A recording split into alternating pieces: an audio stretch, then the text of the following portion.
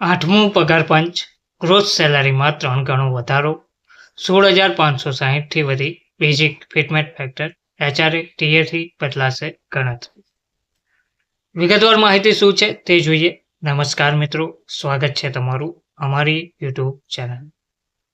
આઠમા પગાર પંચને લઈને સૌથી મોટો સવાલ છે મારો પગાર કેટલો વધશે, પરંતુ આ જવાબ માત્ર બેઝિકમાં છુપાયેલો નથી.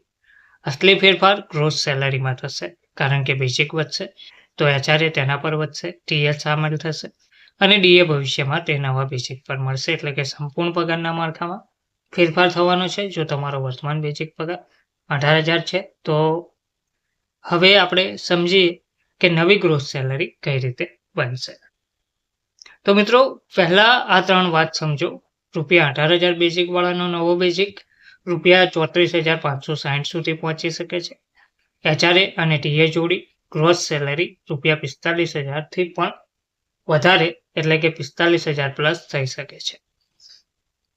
ડીએ અત્યારે 0%, પરંતુ આગળ તે પગારને 60,000 સુધી લઈ જઈ શકે છે. સૌથી પહેલા સમજીએ ફિટમેન્ટ ફેક્ટર શું છે અને કેમ જરૂરી છે. તો ફિટમેન્ટ ફેક્ટર તે મલ્ટીપ્લાયર છે જેનાથી તમારો નવો બેઝિક પગાર નક્કી થાય છે. 7 ધ સીપીસી 2.57, 8 ધ સીપીસી સંભવિત 1.92.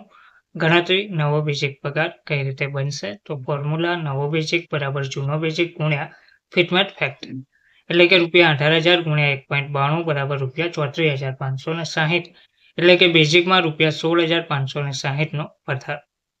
આ આગળ સંપૂર્ણ ગ્રોસ સેલરીનો આધાર બનશે. એચઆરએ કઈ રીતે બદલાશે અને કેટલું વધશે? એચઆરએ હંમેશા બેઝિકના ટકા હોય છે. X metro 27%, Y 18%, Z 9%. ઉદાહરણ તરીકે એક્સ સિટી એચઆરએ બરાબર 27% ગુણ્યા ₹34,560 બરાબર ₹9,331. અત્યારે ₹4,860, આગળ ₹9,331, માત્ર એચઆરએમાં જ ₹4,400 પ્લસનો વધારો.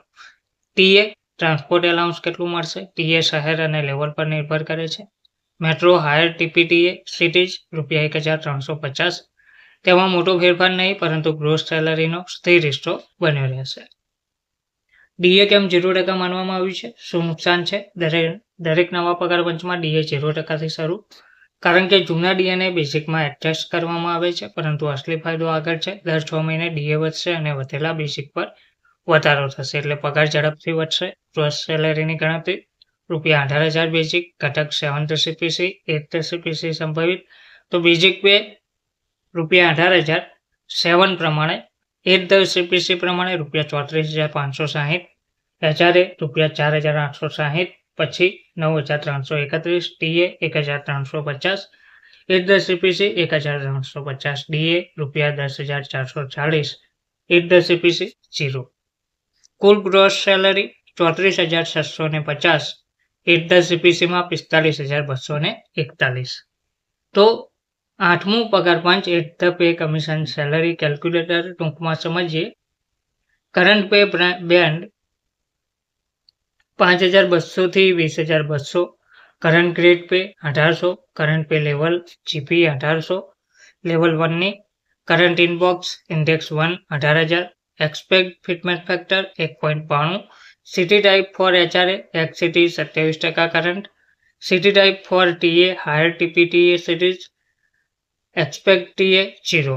કેલ્ક્યુલેટર 8 ધ સીપીસી સેલરી. તો તમારો નવો ગ્રોસ પગાર કેટલો બનશે? નવી ગ્રોસ સેલરી 45,241 દર મહિને અનુમાન લગાવીએ, એટલે કે ₹34,650 થી વધી ₹45,241, માત્ર વધારો 10,000ની આસપાસ જોવા મળશે. હવે શું ખરેખર 3 ગણો વધારો છે? તો તાત્કાલિક નહીં, પરંતુ સમજવું જરૂરી છે. વર્તમાનમાં શું છે? બેઝિક ઓછો, ડીએ વધુ. આગળ શું થશે? બેઝિક વધુ, ડીએમાં બાદમાં વધારો, એટલે કે શરૂઆતમાં ઠીકઠાક વધારો, બાદમાં ઝડપથી ગ્રોથ.